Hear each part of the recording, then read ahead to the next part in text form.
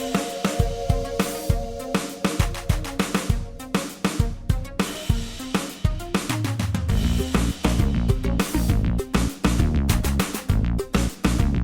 you know how the internet really likes to be snide.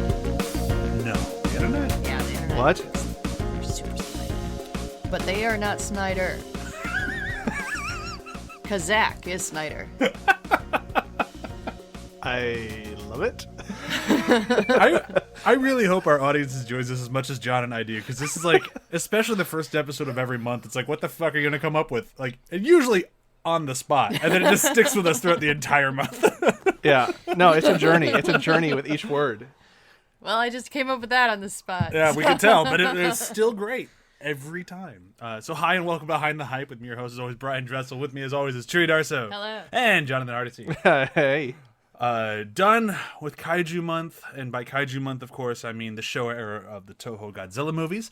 Had a whole bunch of fun watching those movies. Was a really fun month, and a very good palate cleanser from the month before with Sion Sano. And now we're going to kind of jump back into some more depressing stuff. Hooray! Yay! I think there's one movie this month that isn't, like, somewhat depressing. I mean, it really depends on depressing. Yeah, I mean, it's not Sion Sano depressing, that's No. for damn sure. But, like, none of these movies are going to be exactly uplifting. Maybe Owls of Ga'Hoole, but I don't really remember it that well. I know we saw it in theaters, but I don't really remember I it. like to think that these movies are an expression of the resilience of the human spirit. There you go. Sure, that kind of works. Yeah. So if you can't guess by us saying the Owls of Ga'Hoole, which we the one hint we gave you, spending the next 5 weeks, not 4 weeks, 5 weeks on the one and only Zack Snyder. Zack Snyder. I am very motivated for this month. I know John is too. We're both, and I'm assuming Chewy is. Chewy avoids the pits of the internet, unlike John and I. But we're I don't even avoid the pits of the internet. I kind of avoid most of the internet. yeah. John and I don't, and I think that's what kind of spawned this month when you and I talked about it before. Just like it got to a boiling point for me, at least. I know for you too, probably. But Oh yeah, I had enough of it, and I mentioned it to you. Just like, we need to do something. We need to recontextualize Zack Snyder in a different way. I need to do it too, and go through it and reorient myself. This has been such a long fight. I remember working on Contagion and trying to convince my fellow art PA why he needs to not dislike Zack Snyder. no. Like I remember when you got your job on Man of Steel, and like me being so excited at the time. I'm like, oh yeah, Christopher Nolan with Zack Snyder, like this pairing should make a great film. And people looking at me like, Zack Snyder shouldn't do anything. And I'm like, no, what are you talking about? Like, he hasn't... I don't think any of his movies have been... Now, the bold claim for somebody who says they're a fan. I don't think he's made a bad movie. He's made one movie that we'll get to in a few weeks that I don't think is his best, but I still think the effort was there, that I still can enjoy watching it, and I bought it on Blu-ray, so clearly I must like it at least a little bit. But it just after the Justice League came out, and John and I kept chatting, and we're just like, the world is just so not ready to let go of their Zack Snyder hate, even when he delivers, in my opinion, the best comic book movie we've had over the past, like, 20 years. I know, The Dark Knight, I know, there's a lot of other ones out there. My opinion, don't get too mad at me. He legitimately releases a good film, and the best that the majority of the internet could do was, I guess it's fine. I guess we'll like it now. Ugh. Then even a week later, they've all started turning on it again. And it's like, what the fuck? Am I taking crazy pills?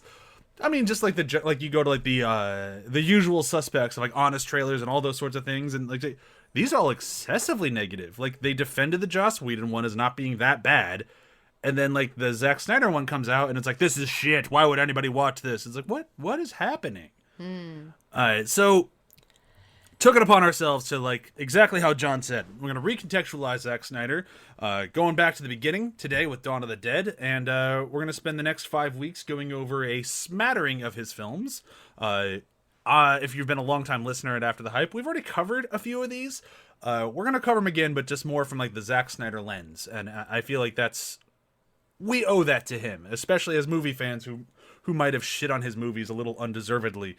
We have an entire hour-and-a-half episode of BVS from back in ATH days where there's me and Chewie going, it's not that bad, and then 3 other people going, yes, it is. It's like, no, it's really not. And take note, I was one of those 3 people. I'm so excited to get to that episode to try to figure out like where the switch happened, because I think you might be right. I think maybe finally seeing like the full Snyder version, which was the Snyder cut, might have like clicked something. Because even the Ultimate Edition of BVS still has all the WB notes in there, because that still wasn't the movie he was going to make. So yeah, there's something there. Yeah. And also it should be noted too that we're all going into director's cuts, except for maybe I think Gahul, which doesn't have one. I don't think. Yeah, Gahul does not have one. Yeah, but everything else we're doing the director's cuts or the extended or the whatever they want to call it, the Snyder vision of the movie. We're doing the Snyder Cuts. Yeah, the Snyder Cuts.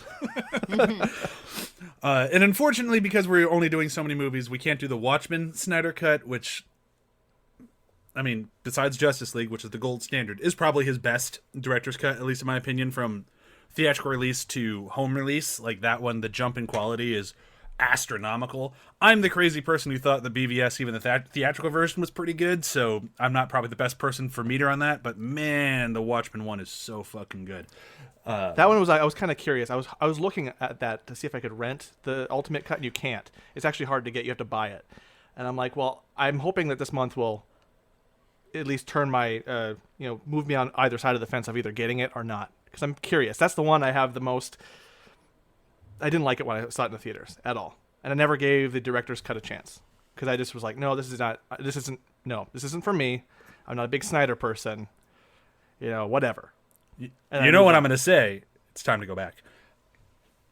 Got to watch it again. Especially the director's cut. We gotta go back, Kate! You gotta go back! But speaking of going back, let's go all the way back to 2004, and let's start talking Dawn of the Dead. Dawn. Yeah, not 17 years ago. God, I can't believe this movie's that old. I kept making the reference that I was like 20 years old, and Brian was getting mad at me. It's not 20 years yet. That's in 3 years from now. Soon. Yeah. We have a joke here at the house when we talk about dates. It's like, are you doing a violence to me? Oh, man. So I'm going to spend a minute just kind of like framing this movie. If you don't remember when this movie came out, the running zombie phase wasn't a thing. The whole running zombies, nope, not really a thing. This one started it? It might not have started it. I'm not sure where it exactly started. This made it popular. Okay. The idea of doing a remake of any Romero's movie was like a hell-worthy trespass. Like, no. But Zack Snyder fucking did it. I was so insanely in love with the Romero zombie movies that I never even thought to give this movie a chance. Like, all my friends went to go see it in theaters. I'm like, nah, fuck you, I'm not going. That looks awful. They all rented it when it got on DVD. They'd invite me over to watch it. I'm like, nah, fuck you, I'm not doing it. It took a long time for me to come around to watching this. And when I did, I'm like, oh, that was a pretty good movie. Like, I'm still not a huge fan of running zombies. Even today here in 2021, when I watch this movie, I'm like, still not a huge fan of running zombies. But I will say in the context of this movie, they do work rather well. He does a good job with them. Even if I don't like them, I think they work pretty well here. Mm-hmm. That was me. Chewie, when did you first see this? Was it a few nights ago when we watched it? Did we watch it on Thursday? Yeah. Because zombie movies, I only went through a very small stint liking them in high school. And then I watched 28 Days Later, and I went, no, that's the zombie movie. The other hugely popular running zombie movie. That's the good zombie movie. And then every other zombie movie after that, I'm like, oh, well, I like the ones that have, like, social commentary. Excuse me to nerd out for a moment. 28 Days Later is not technically a zombie film. All right, sorry, I'm done. Okay. High criticism, okay. good. Then neither is Walking Dead. Because that's supposed to be a virus, too. They're still dead. When you die in 28 Days Later, you die. You never get reanimated. In The Walking Dead, you still get reanimated. So, well, then wait, isn't The Office a zombie TV series? Because they're all dead inside. I mean, technically. No, you have to actually die to turn into a zombie in zombie films. In 28 Days Later, you just get an infection. You never actually die. Oh, okay. That's the... Technically, they're not zombies. Okay, whatever. see how much I care. I can tell. But so I don't know. They were so popular for so long. I was just immediately burned out on them, and so I never ended up seeing this one because I was just like, it's just another zombie movie.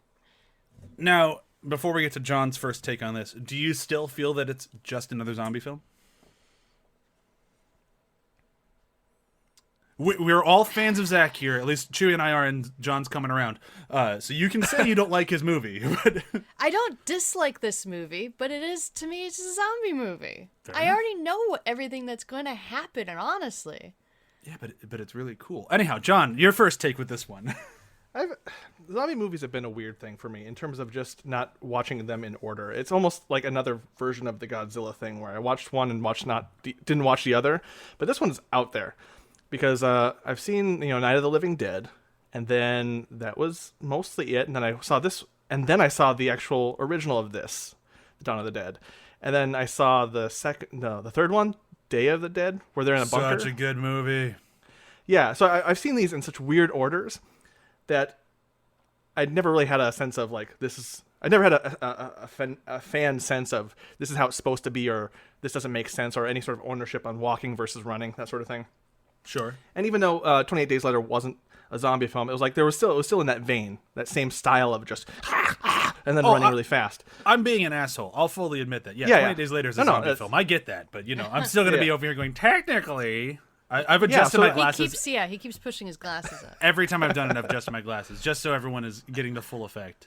Yeah. So I've been all over the place with it. So watching this, I actually didn't hate it or didn't not enjoy it, because zombies films have always been kind of like, okay, people die, it's violent, it's gory, I've enjoyed the gore, but I've never come into it with the immediate sort of social commentary. So then when I come across that later in the original Dawn of the Dead, the Day of the Dead, and all those, I'm like, oh, there's a little bit more to this. So then I could come back to that the second time, third time I've watched this, and I still like it. I remember liking it in the theater, but not being able to articulate what it was I liked about it. There was an energy to it, there was a style to it, but it was subtle.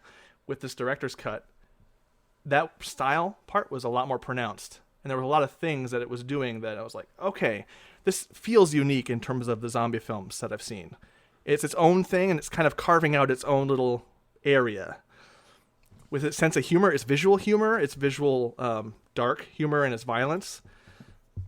Yeah, no, it's stuck with me.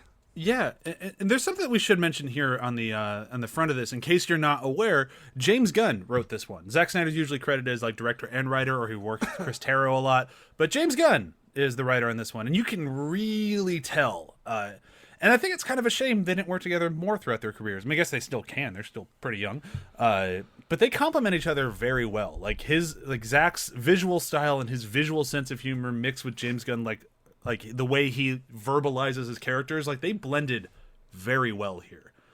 But for me personally, I think the major creative stamp on this one that made it so made it resonate with me as somebody who was like, hell no, never no to running zombies, with the exception of 28 Days Later at the time.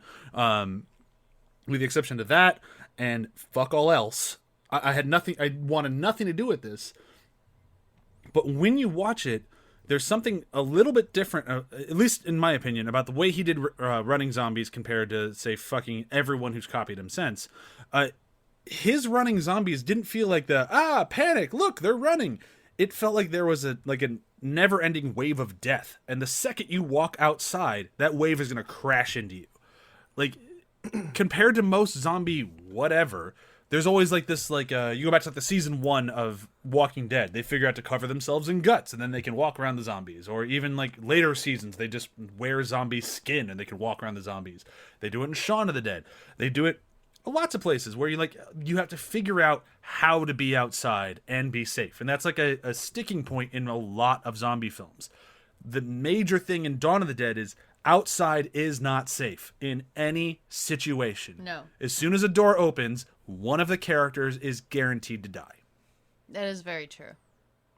He did such a good job creating that claustrophobia that I'm still impressed now watching this movie 20 years later. Now, don't get violent here. It he does capture the unrelenting better. The only other movie that tried to have, the unrelenting thing was World War Z. But then that was so cartoony. It was so cartoony, and then they did you just need to have a disease thing. Yep. So they still have that figure out how to be outside thing. Yeah. So this movie didn't do that at all. Not even attempted. Like, it was very clear. Oh, if they're going outside, people are going to die. The thing I appreciated a lot in this movie was when they created their zombie mobiles. Mm-hmm. And they looked ridiculous. I liked that they were purple. They kept they didn't try to paint them or anything. They kept we're from a mall look. Mm-hmm. And the fact of the matter is that they would immediately just get jammed in by the zombies. Which is exactly what happened. Yeah. This is a terrible plan. And, it's a terrible plan. But then they had the little character moments. They had like little zombie character moments, which I would imagine is very a Romero thing. I am not that well versed in Romero films. I'll fully admit that. I have seen the first one. We have so many Romero movies to watch. And I have seen the one with John Leguizamo. Do you smell that? I smell a Romero month in our future. Oh, jeez. There it is. Oh, it's coming. Unrelenting wave of death. One of my death. friends in high school was really into Romero, and I always saw the VHS of that zombie with all the maggots coming out of his eyeball, and I'm like, I don't want to watch that. I think that's I think that's the other zombie franchise where the zombies talk and it's shit. I think no. Chewie, I think to what you were saying about the characterized zombies, but I don't recall that nearly as much as with except Day of the Dead, where the zombie who learned about was remembering the gun. That's the only time that they actually had personality. Oh, he definitely has character zombies. Like the bride shows up in almost everyone. Yeah. Like he has very characterized zombies that would show up. Yeah. And okay. And like in this one, specifically like the one that grabs the propane tank and then looks at him and like lifts the propane tank up. You dropped this. I mean, that was just such a silly little moment. And just again, these are not skilled people, and just that the driving around, they immediately end up hurting each other. Oh yeah, I spoiled part of the movie for Chewie because I just couldn't help myself. But you had like the old guy who cuts the girl in half with the chainsaw. Yeah. Like when while he's doing him, like, just take your finger out the trigger. Take your finger out the trigger. Take your finger out the trigger. You're currently murdering her. But like when Michael shows Michael being Jake Weber, the actor, shows Sarah Pauli look what I got. Chainsaw out the window. I'm like, that's a horrible idea. What if you hit a bump? Yeah. And it's like, oh, that's exactly what happened. Yep. And then they had the hanger-on zombie that does the cartoony oh yeah, look from the side. I enjoyed those moments with the zombies because they definitely felt like more than just like blank slates. Yeah, I agree with what you said. Like the characterization of it is really, really cool. Like they could just be a mindless horde, like they are in a lot of zombie films, which is fine. But Zack's visual style really gives them something to grab onto. Like it's both literally and theoretically. It's you kind of attach yourself a little bit more to the movie, and that even boils down to what I feel is a very James Gunn moment of the game they play with the guy who what's his name, who lives across the parking lot from them. The sniper. Yeah. Andy, the guy that, I think. Andy, yeah. He's not Iggy Pop. Yeah, not Iggy Pop. So he looks like Iggy pretty Pop. Good. He does look from a distance, absolutely. But yeah, so when not Iggy Pop and them are playing the game where they're shooting the celebrity-looking zombies, I'm like, that feels very James Gunn to me already. But it's that alone also contextualizes the zombies in their own way. It's they do such a good job making it this faceless horde of death that also isn't faceless and has a bunch of actual people in there. It's a really cool thing that he pulled off, especially when the idea is that they're running so fast you can't see them, but you still get that they were people. Yeah. Yeah, what? And what stood out to me this time watching it is that even though they run fast, you get to see them slowly mill about. Like that same scene you're talking about where they're doing a celebrity sniper with not Iggy Pop. They're just a sea ebbing back and forth of death, just a sea of death, but they're like wavy, like the ocean, like the wind, and they're slow, but only when the humans show up into their world, they get fast. Yeah. And it's a very specific distinction that the copycats, not trying to be snide about them, but the copycats don't quite do. There's a stillness as well as a speed. Like this movie can shift those gears pretty quickly and do it well. I do wish that Andy had just continually shot the zombies. I mean, it looked like he had a ton of guns and a ton of ammo. Like, he didn't just have a store, he had like a warehouse. Yeah, he should have just counted. He might have enough bullets to just take out the parking lot. Yeah, just shoot for like 5 hours, 6 hours a day. You're probably going to be able to kill several hundred every day. Yeah. And eventually they'll start to weed out. Yeah, just whittle it down. Just whittle it down. It didn't seem like they did that. The other thing that I don't think this movie gets enough credit for, and I think it does a really, really good job, is showing that that quarantine lifestyle, which granted now we're all way too familiar with, but that quarantine lifestyle where you get stuck in a situation with people that you may not like. And from what I got with this cast was that 2 or 3 of them were okay with 2 or 3 of them, and the rest of everybody else there was like, I'm stuck with them. I think a lot of times in this sort of film, the director or the writer would lean back on they all have to get along or the film won't work. Or they all have to hate each other or the film won't work. And I think Zack and James were smart enough in this one to be like, I don't think that level of emotion would work in any situation. I think they just have to tolerate each other. And, yeah, especially with the guard, the main guard who was a dick for the first third of the movie. Yeah. And then they put him in the holding cell. They lock him up for a little bit, and then he just kind of chills out and tolerates them, and they tolerate him. CJ. CJ, yeah. Yeah, CJ. I missed that the first time I watched it. I didn't connect that that's what was going on. But it's while I watched it again, I was like, but isn't he going to have revenge? It's like, no, they're all stuck together. What does the revenge buy him? No, they're going to just even out, even if they don't like each other. Yeah, and it's such a cool concept. And when I watched this before, when I was in I think this came out my senior year of high school, maybe freshman year of college. But when I first watched this, that stuff I didn't pick up on. That little nuanced of realism. I don't think Zack Snyder ever gets credited for is realism because all of his stuff is so otherworldly, and that's kind of how he shoots it and how he crafts it. But when you look at the characters throughout all the work that we're discussing, at least the ones with humans in it, the characters are still grounded. They still feel like real people in otherworldly situations. And I think that's really impressive. And that one really comes across for me in this one, is these feel like very real people in a very fucked up world. The only thing that I wish is that I don't really connect to any of the female characters. Sarah, Polly's character, Anna, she's all right. She's really your only major female character. Yeah, all the other ones, I'm like, so you got, what's her name? Nicole. When I think about it, it also kind of reminds me of oh my goodness, it just left my brain. The Island TV show. Lost? Not Lost. From the 60s. Gilligan's Island? Gilligan's Island. Because it's not exact. Sure. But you got the cute redhead, which they flip it, so it's not Ginger that's redhead, but it's the good girl, the country girl character who's actually an idiot. I'm gonna out myself here. I've never seen an episode of Gilligan's Island. What? I've been shining this on for a long time. I might as well come clean. I've just been nodding and smiling for a lot of years. But yeah, so you got the really innocent little girl who loses her daddy, and then you got the whore who I don't even know if you ever learn her name. I mean, it's got to be in there somewhere. I hate calling her the whore. She has one sex scene. She just kind of struts around looking skanky the whole movie. Yeah, she doesn't really have anything to do. She has nothing to do other than to look skanky and then get murdered. Yeah, no, right, that's fair. That's fair. It's fair.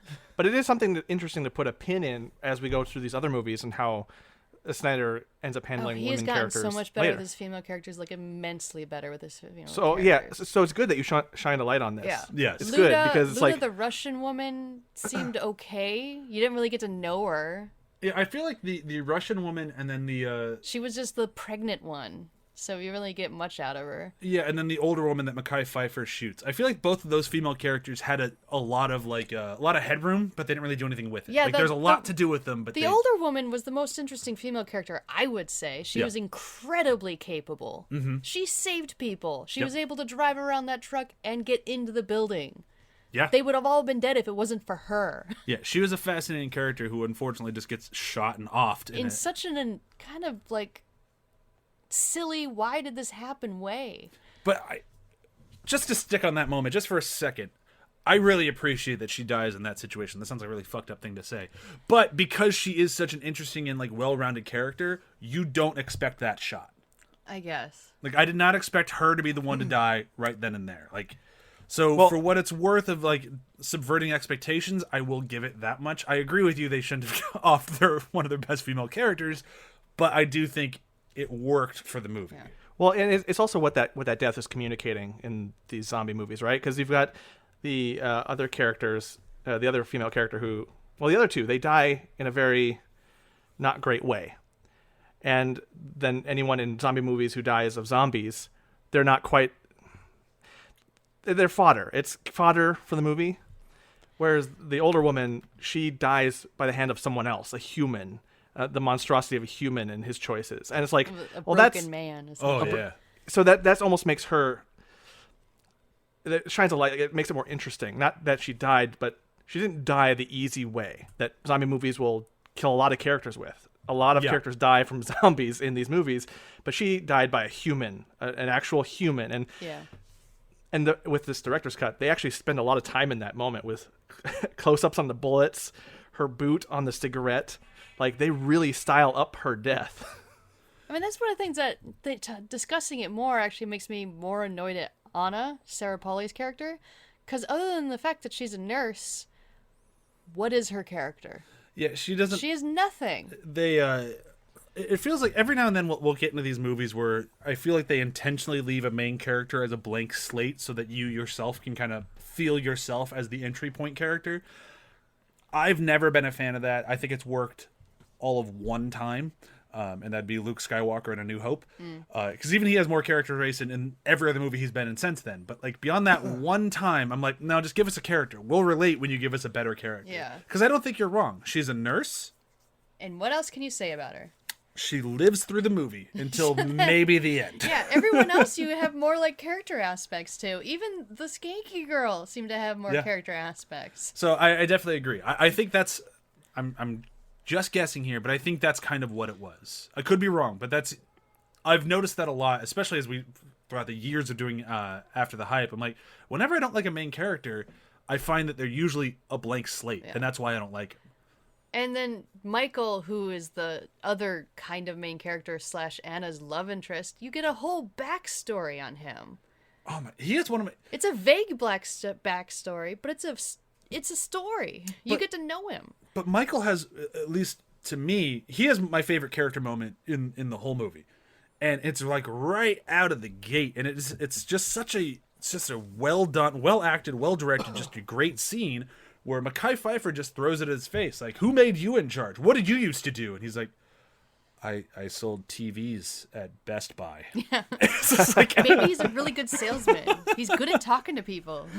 He is. That delivery was killer. I was going to laugh when he said it, but then I was like, this is powerful. You just put the whole zombie thing in context.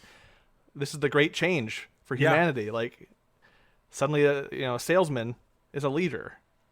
Like, yeah, there was a lot of stuff that he put into that. Maybe that was something that Edgar Wright latched on to and inspired him to do. Oh, for Shaun of the Dead? Shaun of the Dead. Because isn't that what his character does, too? He works at an electronics store. I mean, he does. Shaun of the Dead, Dawn of the Dead. We're not making that big of a leap here. At least they're not going to the Winchester. They're going to a boat. They're just going to stay in the mall and wait till this whole thing blows over. Now, for me, though, Michael might have my favorite character moment, but I think the best character in the thing has to be CJ. Like, I think CJ, he has the biggest arc in the movie. I think he's one of the most interesting characters. I fucking hate him throughout most of it. And I also hate that when he dies, the way he goes out is like, of all the fucking favors. It's like killing himself. Like, he kills himself to save the group, and he doesn't even see it as like he sees it as he was doing them a favor. Like, it's just such a funny way to go out. And it's like, the guy that we met in the beginning of the movie, who's locking up people in a life or death situation because he's afraid they're going to rob the mall, is now sacrificing himself to save those same people. Yeah. Like, his arc is so big, and you kind of get with him the whole ride. It's not like he just disappears and comes back a better person. Like, you get to see like the chipping away. It's like, oh, he's a little bit more okay with this. Like, oh, we need to go turn on the generator downstairs. I'm not going with you. All right, fuck it, I'll go with you. And then, oh, we need help. All right, fuck it, I'll help you. And then it's just like, kind of like how John mentioned earlier, like, he could go for revenge. He could let these people die. Or he could acknowledge, this is my fucking lot in life now. I might as well fall in. And that's what he does. Yeah. And it's, I think the actor, blanking on his name, Michael Kelly, did such a good job with it. And I never even knew that Michael Kelly was the same actor as, like, from what everything else I know him from. He's a character actor. He's been everywhere. Now.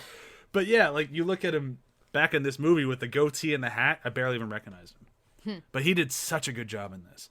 And I give a large credit of that to Zack again, because it's all about getting the real characters in the other world. And it's awesome. That's what I say. I just feel like this movie is definitely Gunn and Snyder young. And as young men, they write male characters better. Absolutely. And as they've gotten older, they've gotten much better at writing their female characters. And I mean, we're recording this the same day that The Hollywood Reporter Ray Fisher article came out that had all of this backstory in it, which we'll believe me, when we get to Justice League, we'll probably talk about it then. But it seems like Zack is very collaborative in his writing experience, and like he wants to bring in actors to make sure they get their characters in it. And I just don't think maybe he was at that point yet. Like, maybe he didn't know, like, oh no, I'm the director, I'm the writer, like, we're gonna get this shit done. Like, that is a very real mentality for a lot of young filmmakers. And maybe he just hadn't gotten to that collaborative nature yet. Maybe he did, and maybe this is just what came out. But I feel like the growth in his characters would show that collaborative nature a little bit more than this one, where they're all just a little bit more, as Chewie said, and I totally agree, the male characters written fantastically. The female characters, they all serve a purpose. At least they all serve a purpose. Yeah. It could be worse. Luda was there just to give birth to a zombie baby, so he got that one rawr with the arms up from the zombie baby. I mean, it was a good rawr. Dar. I liked his little marble eyes. It's up there in the rawr thing, which, you know. If I had seen this movie before, is it called They Live? Peter Jackson's movie. Peter Jackson's movie, yeah. Dead Alive? Dead Alive. They Live, I think, is the Every Other Country But Us title. Sorry. Us being the U.S. We call it Dead Alive because we're fucking different. But also, isn't They Live the one with the guy with the sunglasses? I can't maybe. Impressed with a zombie baby because I've seen that. Okay. Right. Now, if we're comparing to the Peter Jackson zombie baby, you're right. That's the gold standard. Of like, oh God, ew, Oh, I'm going with quality character. Like, if you don't have a nice New Zealand man taking his zombie baby on a walk to the park and then banging the zombie baby's head against the swing set for not listening to him, then you don't have a good zombie baby. Like, let's be honest. But it doesn't matter. Yeah, it doesn't matter if you're Zack Snyder. Honestly, like if you can't do that, you're not going to do that. Have you seen that movie? I don't remember, John. I forget which one I've seen. It doesn't sound familiar, so probably not. I've seen. There's one of them I've seen. Bad Taste, I think, is the one I saw. Yeah, Bad Taste is a very different movie. I've never seen Bad Taste. After seeing Dead Alive, I'm like, that's enough for me. I don't. Funny need how to see so Bad many Taste. people see one Peter Jackson horror movie. Like, I don't need to see a different one. I saw the one I saw. That was enough. Yeah, I think that's what this filmmaker's all about. All right, cool. I got him pegged. Yep. Nope. And then he's going to make Lord of the Rings. Yeah, and then Lord of the Rings. The guy who made Frighteners and Dead Alive, and then you eventually get to Frighteners, and then Lord of the Rings, and he's like, oh, there's a trajectory here that is unexpected. Man, the pitch meaning this guy must have fucking had. Yeah. Granted, I've heard it was incredible. We're way off topic here. What haven't we hit? Like, John, go ahead. What were you gonna say? Oh, I was just going to elaborate on that, but I think I'll move on to just the things that are different in the director's cut. We probably should talk about the actual director's cut element. We did a little bit But just we're going to be talking about his vision in a lot of these movies, and so there's a little bit of additions here. They're not much, but they do flesh out some of these characters that we had some complaints with. Even though it doesn't solve the problem, there's just more with them. And I so thought that Cards was on the Table, I've never seen the theatrical version of this. I've only seen. Neither have I. Well, you've only seen it once. I've only ever watched the director's cut because I've heard the other one wasn't worth my time. And I've also heard that out of like all the director's cuts, this one has like the fewest improvements. Out of everyone we're talking about through this month, this one is the least changed, but it's still obviously changed. Yeah, no, and that's correct. I mean, I had to remind myself some of the things that had changed just because it had been years, but also like a lot of those close-up shots on like the boot and the cigarette, a lot of the stylistic things that we kind of are defending Snyder for in later movies, those things show up in this director's cut. And there's longer scenes with some people, like the sharing the cigarette between the I don't want to call her the skanky character. That seems mean, but like right? Where I don't even see her. What is her name? Monica. Is she Monica? Monica. Yeah. Okay. So the where the old woman is sharing the cigarette with Monica, like that's not in the theater cut, and there's a little bit more elaborations. Some scenes kind of go on a little bit longer. There's a little bit more, but not a lot. But it's an interesting thing to look back on, coming from Zack Snyder Justice League cut, where it's significant, and just to see that the pieces are there, that he likes to spend a little extra time with the characters. Even if he doesn't get much, it seems like, and I'm hoping the rest of this month will kind of pan this out, the change, his vision involves a lot more character work and a lot more slowing the moments down. And that's what this cut to me gave a hint at. It's like a foreshadowing of the rest of our month. Yeah, I think there's definitely something there because in our own private chat, John and I mentioned that like during BVS, like what was cut out for the theatrical version versus the Ultimate Edition, and it was essentially Clark Kent's character, not Superman, but Clark Kent. So like, what did you remove from this movie to make it from 3 hours to 2 hours? Character, plot, themes, like very important things to your movie. And I think the same sort of thing happened with Dawn of the Dead, and maybe it's a producer thing, maybe it's a studio thing, but for some reason people think, oh, more action means better movie. And I think the theme that we'll find throughout this month is like Zack Snyder might get a lot of dings on his his scorecard, if you will, for pacing. I don't think the pacing is a fair argument because most of the time we're watching the theatrical version and saying the pacing isn't good.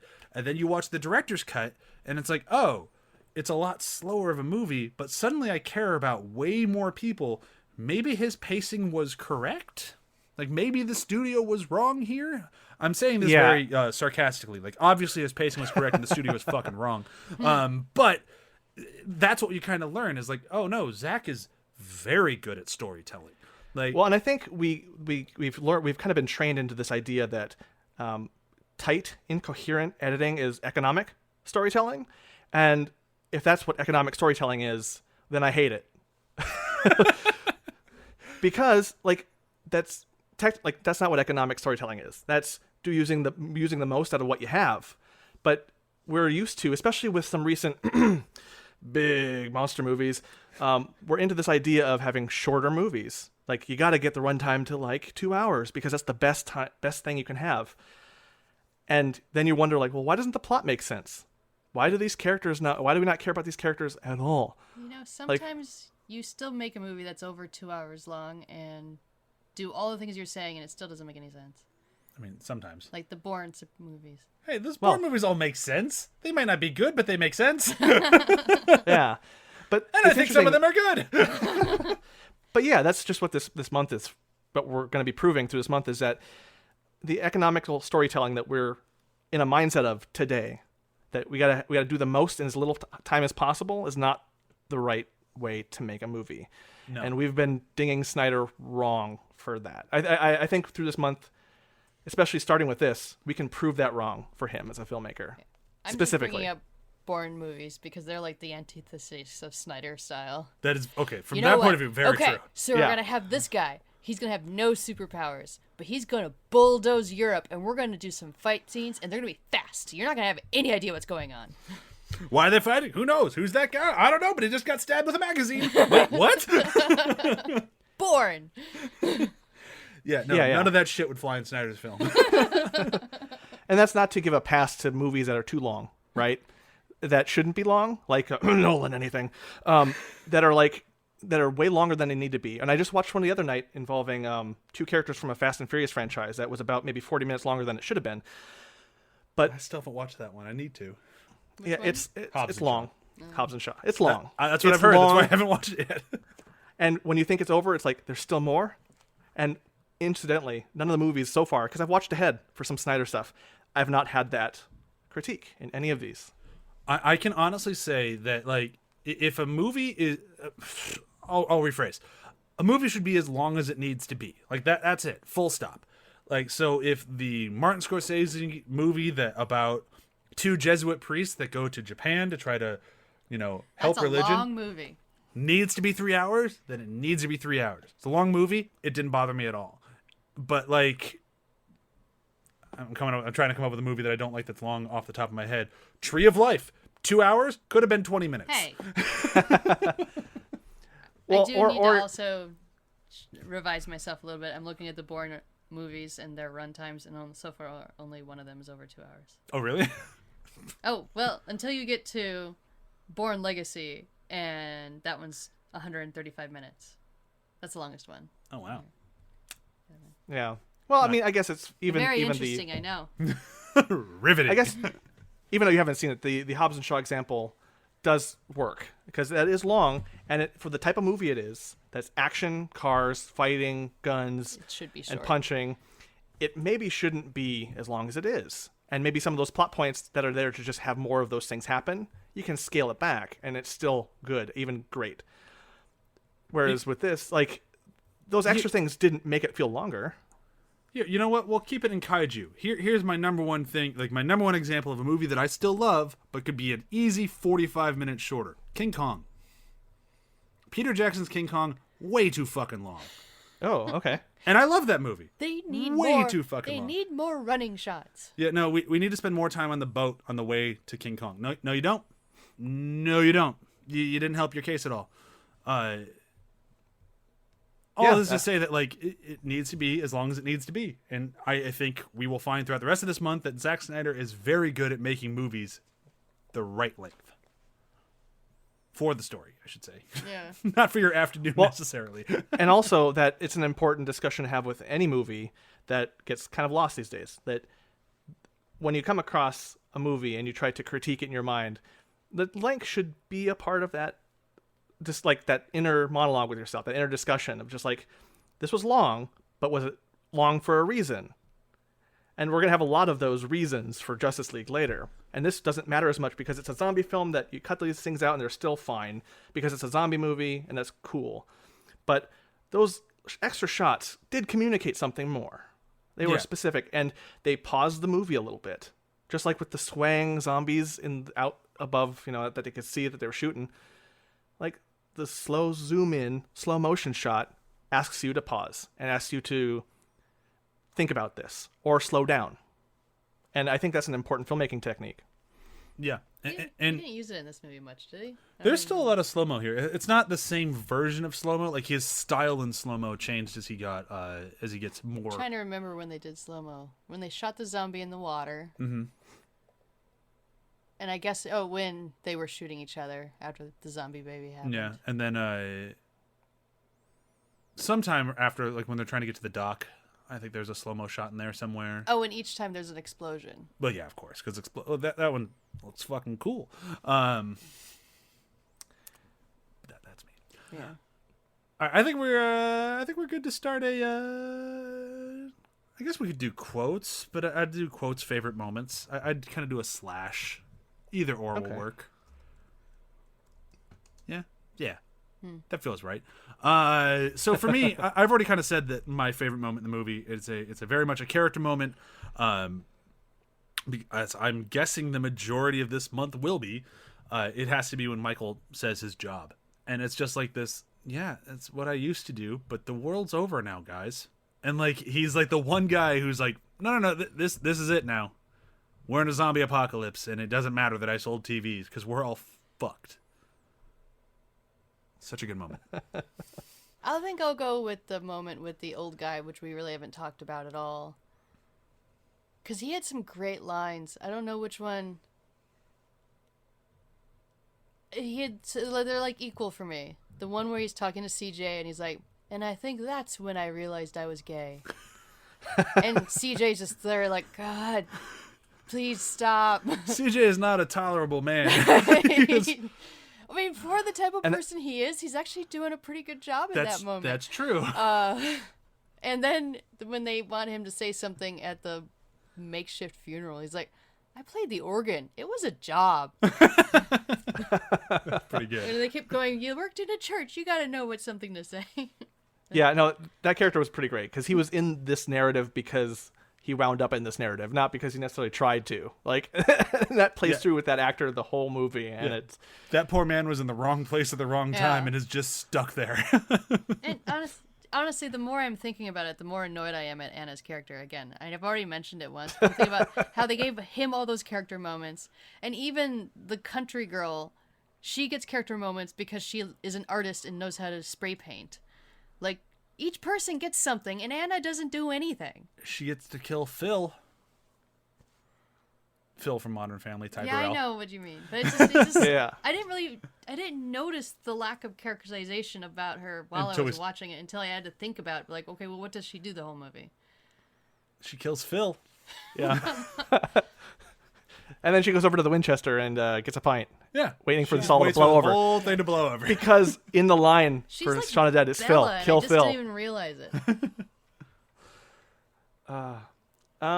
For me, it's the CJ line where they're about to go out to an island. And he goes through this whole spiel like, excuse me, not to shit on anyone's riff here. But let me see if I grasp this concept. And then he goes through the whole thing. We're going to do this. We're going to do that. Heads for some island we don't even know exists. And everyone's like, yeah, pretty much. And he's like, okay, I'm in.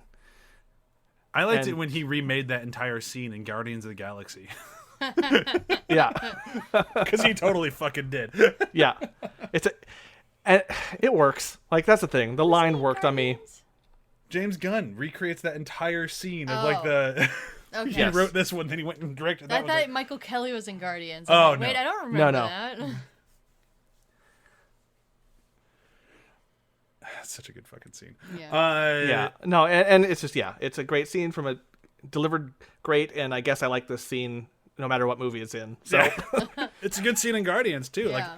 I'm not trying to take a shot at James Gunn. If it ain't broke, don't fix it. That's not entirely true. That would kind of fuck me out of a job. So let's not stick to that phrasing. I guess break more stuff so he can fix them. That sounds great. Double feature. Is anyone going to take the low-hanging fruit this week? Low-hanging fruit. Shaun of the Dead is the which- low-hanging fruit. Oh. Oh, that's low hanging. That's the low-hanging one. I will take the just the one above it, which is and this is gonna be cheap, but it's the original, because I watched these one after the other, this one and then the original, and they're, even though they're the same plot, it's two different movies doing two different things.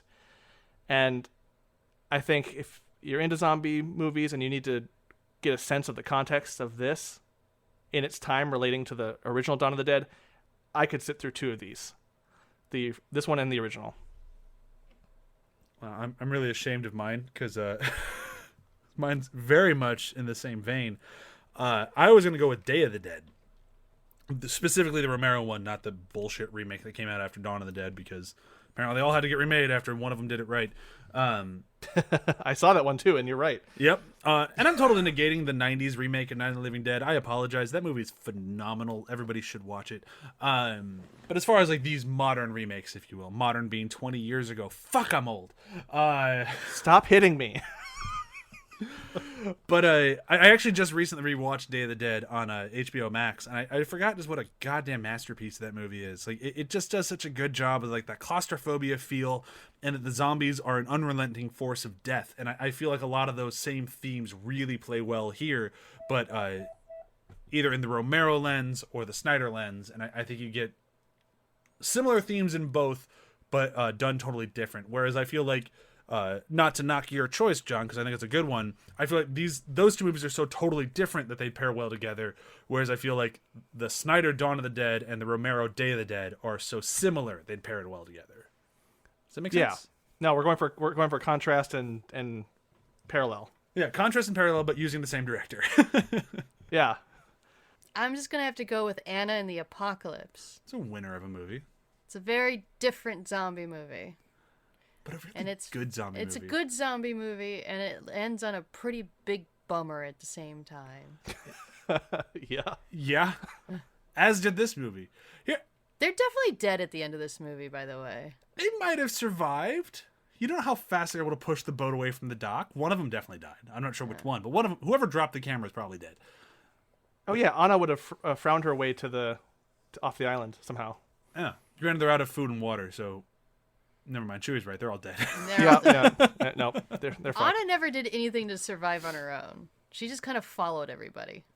She did just kind of follow everybody. Though, she did aggressively leave her husband in the beginning of the movie. She did that to survive on her own. Okay, so she Yeah, drove things away. weren't working out. She drove away, and then from there on out, she just kind of followed people until she died. Okay, you're onto something with the Anna character. There's not really a lot to defend there. Ooh, oh, well, we tried. But yes, Anna and the Apocalypse, starring a very motivated female character with other ensemble characters who all have their own motivations and good singing voices. And it's one of the very few zombie films that when the character got bitten, I went, oh! I was so sad. I like that guy. Yeah, he was sad, but he was sacrificing. That's a good movie. Yeah. Anyhow, John, you went, right? Yeah, you did the first one. Okay, so Yes. next week, continuing on with our Zack Snyder month, we're kind of back and forth on like what Snyder movies to do. We didn't want to do just all the comic book stuff. We didn't want to just do like the non-comic book stuff. So we're trying to do like a smattering of like everything that Snyder has done, and then finishing up with the two behemoths of BVS and Justice League. So that means that next week we got to do something a little bit different. I think we're going to go with Sucker Punch. Going to get it out of the way. Yeah. Sucker Punch for me, it was not my favorite movie of his. It was, I think there's a lot of problems with it. I also think that it's been unfairly beaten up for a lot of years as a misogynistic thing, which it most certainly, at least for my eyes, is not. And I think it'll be a really good revisit, especially after so many years. I can't tell you the last time I watched Sucker Punch. And it should be a lot of fun. I hope. I'll have fun watching it. It is fun to watch. The characters are good. The action when it happens is a little ridiculous, but it's still pretty good. Like I'm excited to get into it again and just kind of see where we are now, especially like having a better idea of what Snyder is about with his filmmaking. Mm-hmm. It should be a good revisit. Yeah, I watched it about 4 or 5 months ago. Okay. And before all this went down, before all the Snyder discourse came back in and things shifted and changed around. So I'm going to be very curiously rewatching this because I didn't like it again when I watched it the last time. And yeah. Here's the question, though. Did you watch the director's cut? No, probably not. There you go. So maybe you'll like it a little bit more because I will say I watched the theatrical one in the theaters. I bought the director's cut. I have never once looked back. Still not a great film. Definitely better. Yeah. After that, we're going up against the by far his most forgotten movie, The Owls of Ga'Hoole. There's way more to that title that even I don't remember, and I'm covering him this month.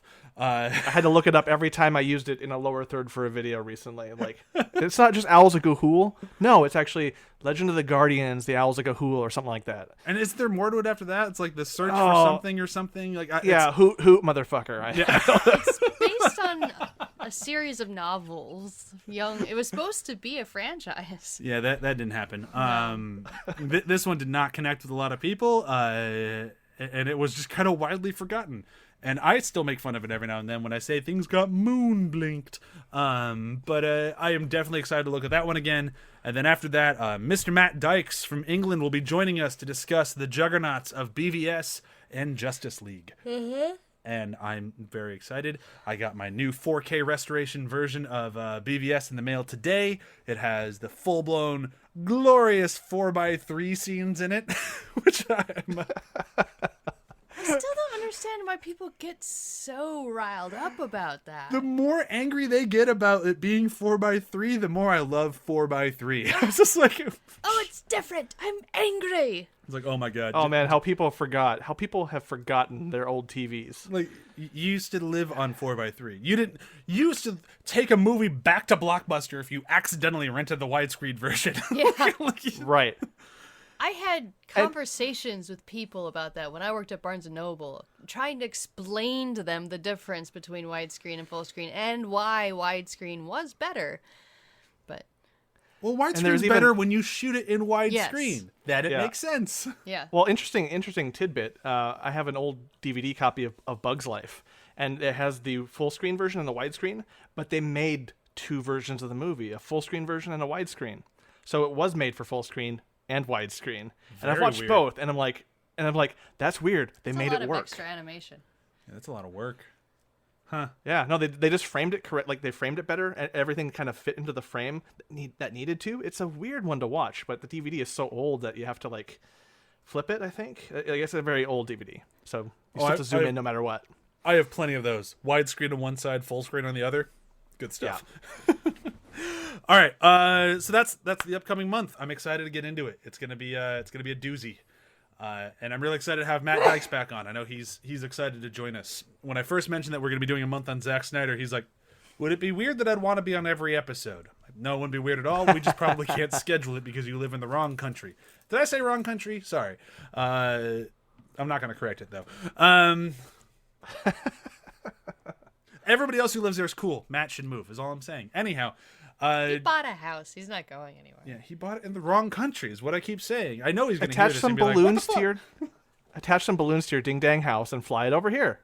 It's worked in a movie. It'll work in real life. I thought you were going to say just attach some balloons to your din dang. So attach some balloons to your ding dong and fly over here. I'm not it's the weirdest Mary Poppins ever. I just want to get out of this. That's the best possible ending. Attach balloons to your ding dong. And get over here. Get over here. That's like the worst booty call text ever. So stretched Oh man, if someone like, I'm uses really that, into clowns. Let's get out of here.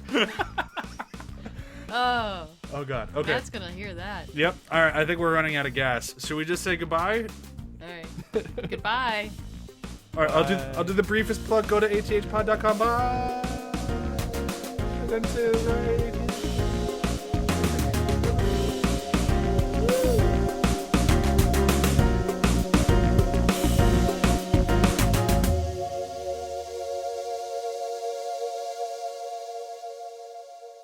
See you later, bozos.